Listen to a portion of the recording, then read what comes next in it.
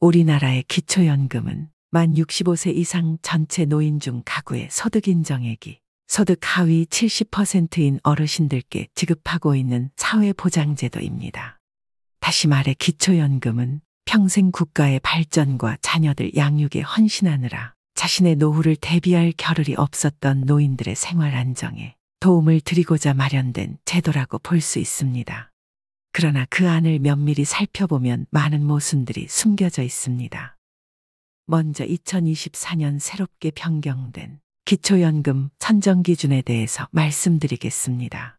기초연금 선정 기준은 신청인과 배우자의 소득과 재산, 그리고 부채까지 모두 반영한 소득 인정액이 단독 가구 213만 원, 부부 가구 340만 8천 원 이하면 단독 가구 33만 4,810원, 부부 가구 53만 5,696원까지 받으실 수 있는데요.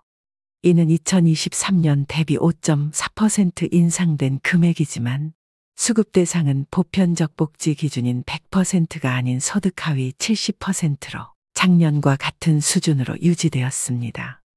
기초연금은 자격이 되시더라도 꼭 신청하셔야 한다는 점, 미신청으로 인해 받지 못한 연금액은 절대 소급해서 지급하지 않는다는 점은 미리 꼭 기억하시면 좋겠습니다. 나는 재산이 어느 정도 있고 집도 있는데 못 받지 않을까 지레짐작으로 신청하지 않으시는 분들도 꽤 많다고 하는데요. 대부분이 받을 수 있는 사회보장 서비스이니만큼 꼭 신청하셔서 받으시길 바랍니다. 지금부터 기초연금을 노인 전체에게 지급해야 하는 이유들에 대해서 말씀드리겠습니다. 그 첫 번째는 소득 인정액 계산의 불평등 때문입니다. 현재의 기준대로 기초연금 수급 대상을 선정한다면 젊어서 열심히 일하고 아껴서 저축하고 안정적인 노후를 위해 연금을 가입하고 준비하신 분들에게 기초연금이 지급되지 않을 가능성이 높기 때문인데요.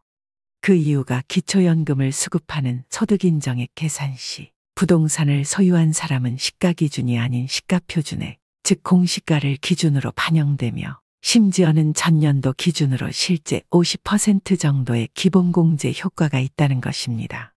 또한 노후를 위해 점포나 오피스텔 등을 소유해 임대소득을 올리시는 분들에게도 임대사업자 등록 여부와는 상관없이 점포임대 41.5%, 주택임대 42.6%의 필요경비를 공제해주고 있습니다.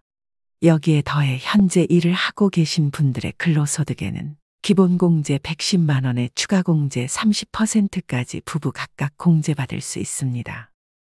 그런데 왜 젊어서 열심히 일해서 번 돈으로 저축한 재산인 금융재산, 즉 정기예금, 정기적금, 주식, 보험 등에는 기본공제가 달랑 2천만 원밖에 되지 않는 걸까요?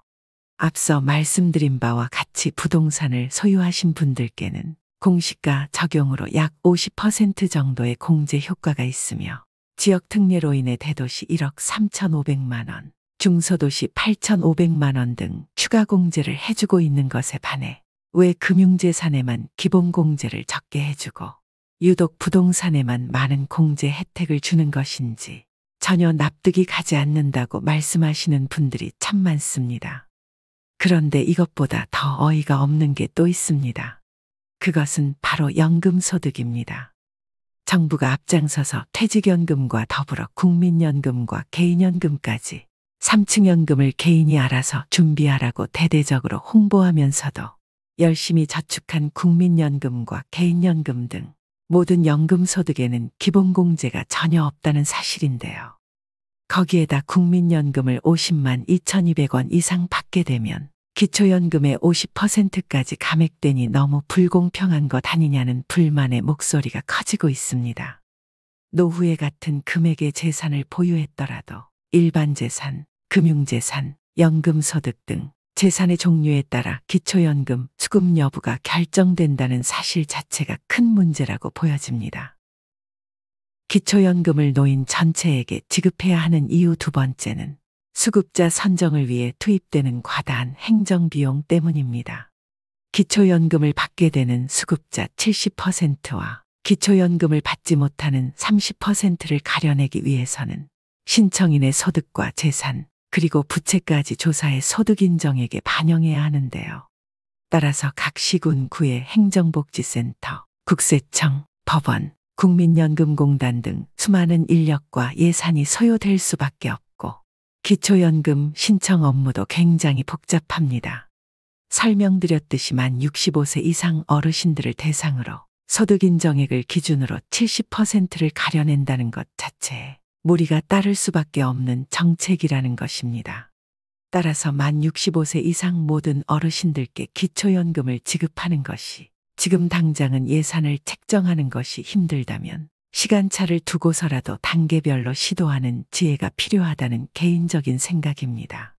이것은 아동수당 도입 당시 소득 하위 80%에게만 지급하려던 당초 계획을 소득 파악을 위한 행정비용이 더 클 수 있다는 많은 사람들의 의견에 따라 모든 대상자에게 전체 지급한 것과 같은 논리로 생각해 볼 필요가 있습니다. 기초연금을 노인 전체에게 지급해야 하는 이유 세 번째는 노인 빈곤율을 부추기는 정부의 무책임한 정책 때문입니다. 최근 보건복지부에서는 기초연금 전체 지급에 대해서 연금 재정의 악화와 예산이 부족하다는 이유로 현재 70%에게 지급하고 있는 기초연금을 40%까지 축소하자는 주장을 펼쳤던 적이 있는데요. 하지만 선진국으로 진입했다고 홍보하는 우리나라의 전체 연금 지출액은 국민 총생산 GDP 대비 3.5% 정도에 그치고 있으며 이것은 OECD 평균인 9.2%의 절반에도 미치지 못하고 있는 수준입니다. 사회보장제도로 운영하고 있는 독일의 경우를 살펴보면 보험료의 30%를 국가재정 부담을 원칙으로 운영하는 것과 비교해보면 우리나라의 연금 지출은 GDP 대비 3.5%에 그치고 있으므로 너무 미미한 수준으로 보여집니다. 또한 공무원 연금이나 군인 연금에는 매년 10조 원씩 지원하면서 연금 재정 악화를 운운하며 기초연금을 노인 전체에게 지급하는 책임을 회피하는 것은 너무 무책임한 것 아닐까요? 기초연금을 노인 전체에게 지급해야 하는 이유 네 번째는 국민용돈 국민연금 때문입니다. 유럽의 복지 선진국에서 노인 빈곤 문제가 우리나라처럼 심각하지 않은 이유는 공적 연금 제도가 이미 100년 전부터 도입돼 대다수의 노인들이 그 혜택을 누리고 있기 때문인데요. 우리나라의 경우는 선진국보다 많이 늦은 1988년 시작되어 국민연금의 수급률이 약 38%에 그치고 있고 국민연금 월 평균 수급액도 63만 원 수준입니다. 사실 여기에도 평균의 함정이 숨겨져 있는데요. 평균 수급액은 63만 원이라고 하지만 이들 중에서 50% 이상이 월 40만 원 미만의 국민연금을 지급받고 있는 점을 고려해 본다면 어르신들에게 국민연금은 국민용돈 아니냐는 불만이 터져나올 수밖에 없는 것입니다. 또한 이번 정부에서는 재정 건전성을 강조하며 국민연금의 소득 대체율을 현행 40% 그대로 유지하는 쪽으로 방향을 잡고 있는 것 같습니다. 여기서 소득 대체율이란 생애 평균 소득 대비 국민연금을 얼마나 받는지를 나타내는 비율을 말합니다. 예를 들어 은퇴 전 평균 소득이 300만 원이었다면 은퇴 후 40%인 120만 원을 받을 수 있다는 것으로 이해할 수 있겠지만 여기에는 국민연금 가입기간이라는 꼼수가 숨어 있습니다.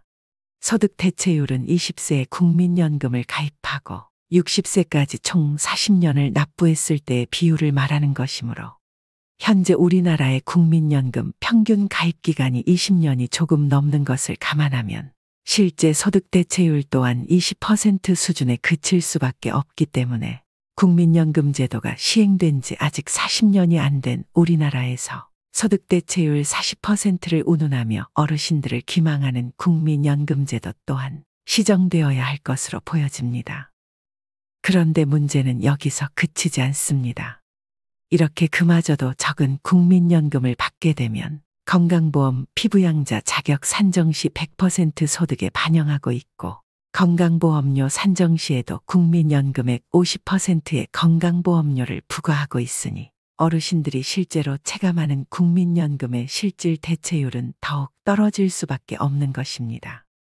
따라서 기초연금이 실질 대체율을 보완해주는 역할을 해줘야 하므로 기초연금의 보편적 복지가 반드시 필요하다 하겠습니다.